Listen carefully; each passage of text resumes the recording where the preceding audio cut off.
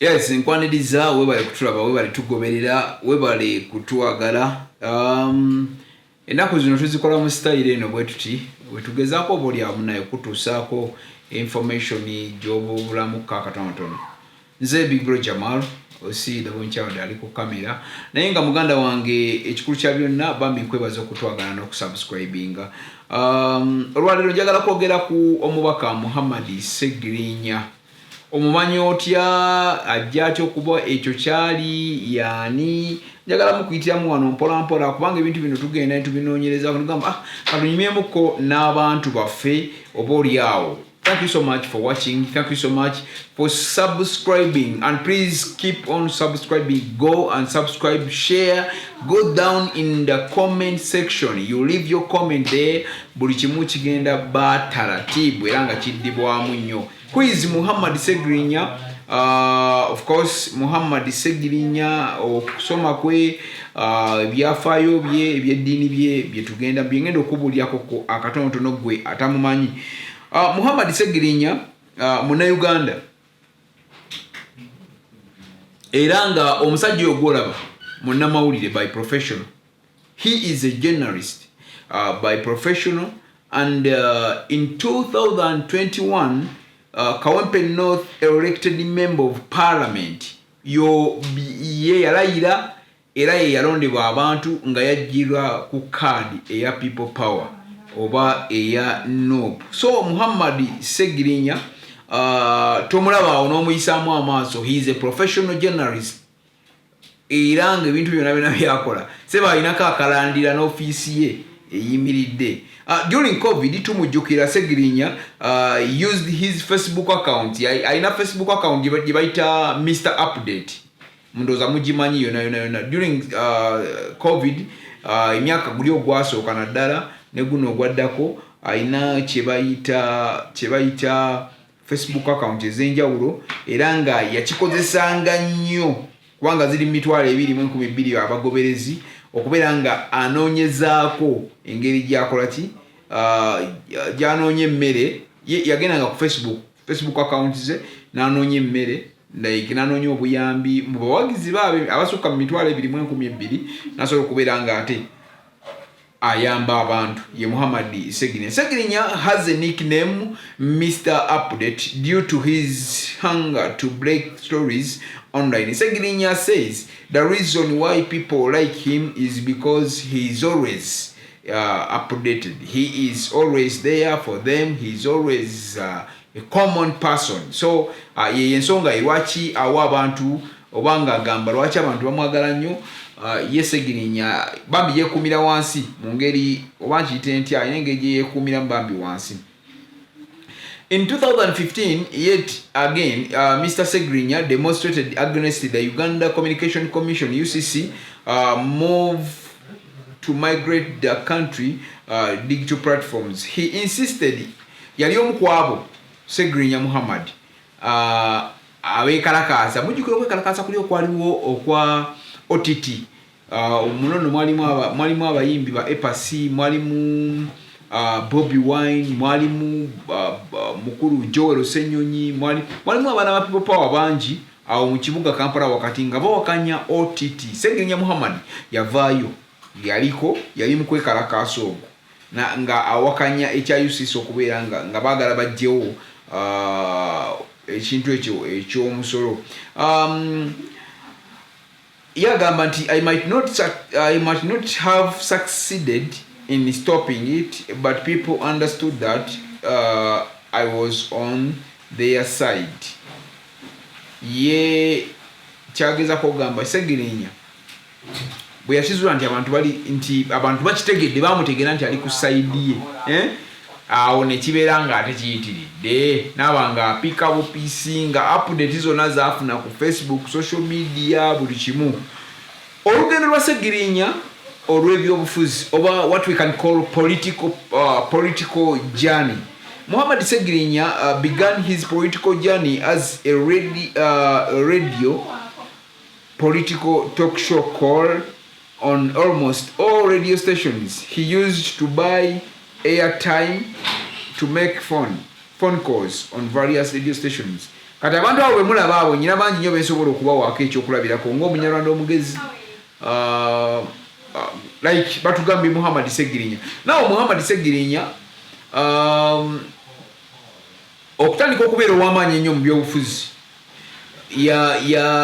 yalinga akuba masimu ng'akuba ku buli radio station yonna gy'omanyi, ku buli TV station yonna,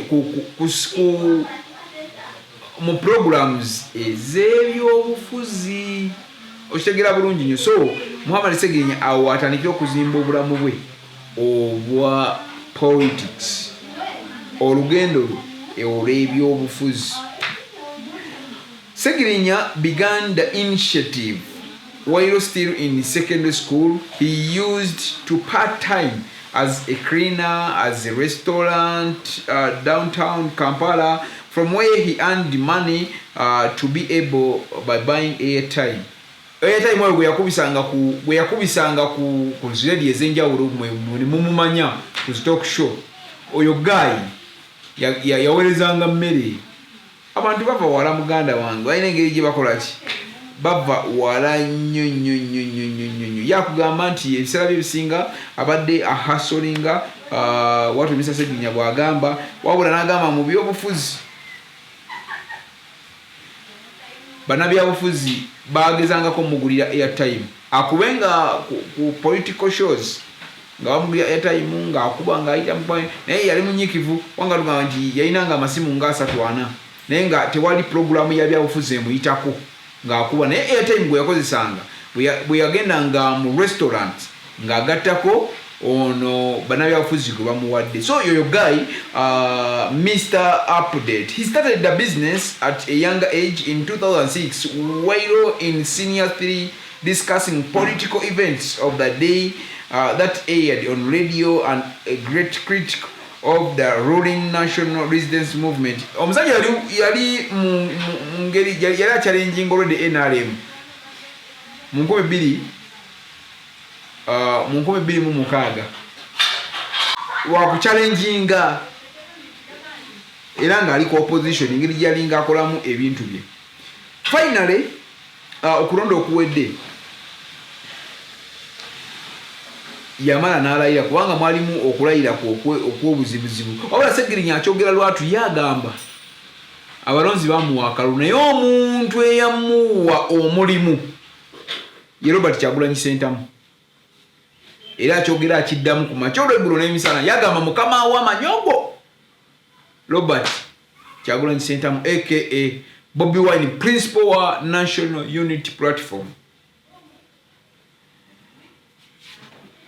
Baganda bange oluvannyuma ennyo bwe yamala okulaba nga ebirooto bye bitandise okutuukirira, Muhammad Ssegirinya yali nnyo Social Development Party SDP.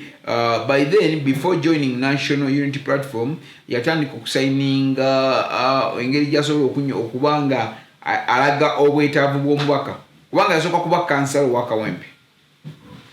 While making phone calls into political radio talk show programs, many disregarded Ssegirinya, saying he cannot manage parliamentary duties since he cannot express himself in English. Oluvannyuma lw'okuwangula obubaka bwa parliament bwa Kawempe North, abantu beewuunya lulimi ki lwagenda okukozesa ng'alayira. Kyokka mwana wattu bwe yamala ng'ateesa bwe yamala oyo guy yalayira n'okulayira ebirayiro babikuba mu Luzungu. Abaali bamu criticizing nga bagamba tasobola Luzungu yaba disprovinga n'abagamba I can, n'alayira nga takozeemu wadde akasobyo n'aka n'akamuleki. The same to Geoffrey Rutaya, kubanga Geoffrey Rutaya naye Sebo surprising abantu bwe yavaayo n'ayimirira ku platform n'ateeseza abantu be. Naye baali bangi abaali bamunyiga era tasobola kwogera Luzungu, tasobola kola ki. Naye oyo guy yakwata ebintu bye mpolampola. Oyo Honorable Geoffrey Rutaya yasoma n'akwata ebintu bye n'addayo n'asoma n'agira mpolampola n'asoma n'amalako senior 6. Omusomo gwako ne bagamba amaze nti agudde naye ng'akoze eki. Mwe mwogera naye ng'asomye. n'agenda Guy yakuba campaign n'awangula jukira kadi zine za political za people power zagenze buza kufuna naye Yamala nakola ki Yamala nazifuna tuli ku Muhammad Segirinya ombaka wa Kawempe North eresawa zino wetwogerera ali mukomera ekimusibya era nga bamusibane munne amukuru Alan Sewanyana ononga nno wa Machindye era nga ekyabasibya nti bateberezebwa okuba nga benyigira mu butemu obuli Masaka ebijambi ebiri e Masaka nga biteberezebwa tujja byogerako nnyo kubanga biri mu kooti ebintu biri mu kooti era nga babasiba ennaku 18 baramuka banga kiri agendo beerayo Segirinya Muhammad abadde amenya record yamenya record ye mubaka eyasooka okubaako n'agula ambulance ebiseera bya covid ye mubaka eyasooka okugula bajita batine zikizo omuliro fire brigade ye mubaka eyasooka ataddewo embeera ng'alina emikwano gyaleeseewo akoze ebintu bingi mu Kawempe North kyatu surprisinga bwe twali lumu ku TVM netulaba Mafiina ng'avaayo ng'agamba nti ayagala nakusenguka ava ebulenga oba ave gyali yonna agenda senge ewa Muhammad Segirinya so twatunatulamuka netugamba naye kikikyo kikigenda mu maaso naye nno muganda wange Muhammad Segirinya musajja wa maanyi however much aina ekintu Katonda kyamukoledde Muhammad Segirinya abadde yawawaabiri wanti mu parliament aliyo mu bukyamu nti teyasoma era nga omukulu Kidanda yamuwakanya okubeera nga teyasoma naye olunaku omusango lwe yaguwangudde Muhammad Segirinya ate bamututewa bamutwala eruzira lwe yaguwangula abaguwangula eno nga bajaguza eringa omulamuzi amusalira agenda ekitalya omaleyo ennaku 18 so mungeremo oba endala tetumanyi wa gye bigenda kuggwera Muhammad Segirinya ajja okuba popular figure Muhammad Segirinya nga bwe nkugambye nti omulimu gwe munnamawulire yasoma bwa mawulire kakati abadde alina engeri gyatutegeeramu ffe abamawulire alina engeri gyakutegeeramu alina engeri gyakukwata mwemukana gamba abaana mawulire temuva ku Muhammad temuva ku Segirinya temuva ku Segirinya Muhammad Segirinya yalina engeri gyakwatamu nti mu kyokuba nti nno abamawulire bano tabakozesa nnyo nsobi bambi bamwagala bona teri munnamawulire atagala Muhammad Segirinya so Segirinya contested in 2016 FDC party primaries for Kawempe North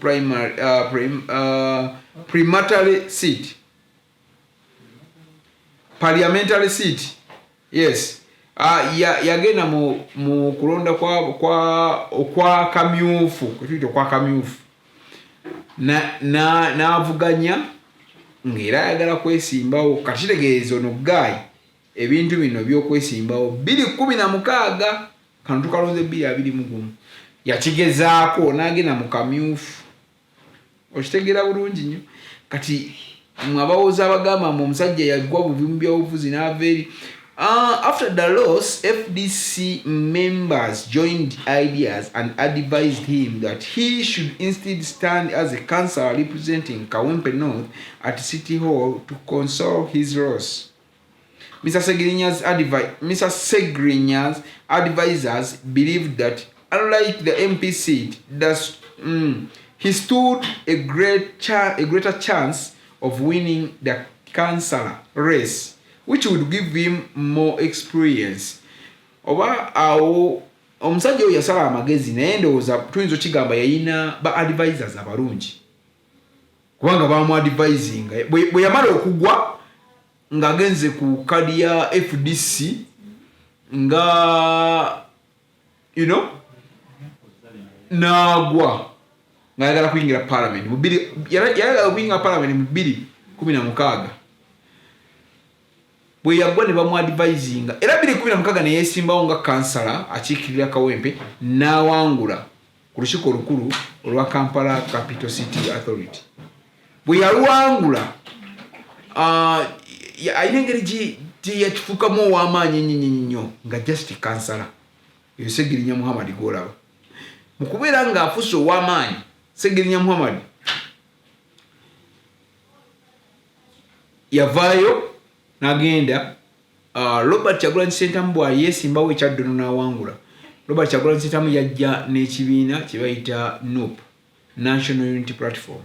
Era ebintu bijjukira bulungi nnyo nga kya Muhammad kyali kya Mukulu Kibalama ennaku zino ebintu yabijjeeyo naye nga n'asikiriza abavubuka bangi nange mwe nali kubanga of course Kyagulanyi yansikiriza nnyo okuyingira politics ewaffe eyo e Nakaseke.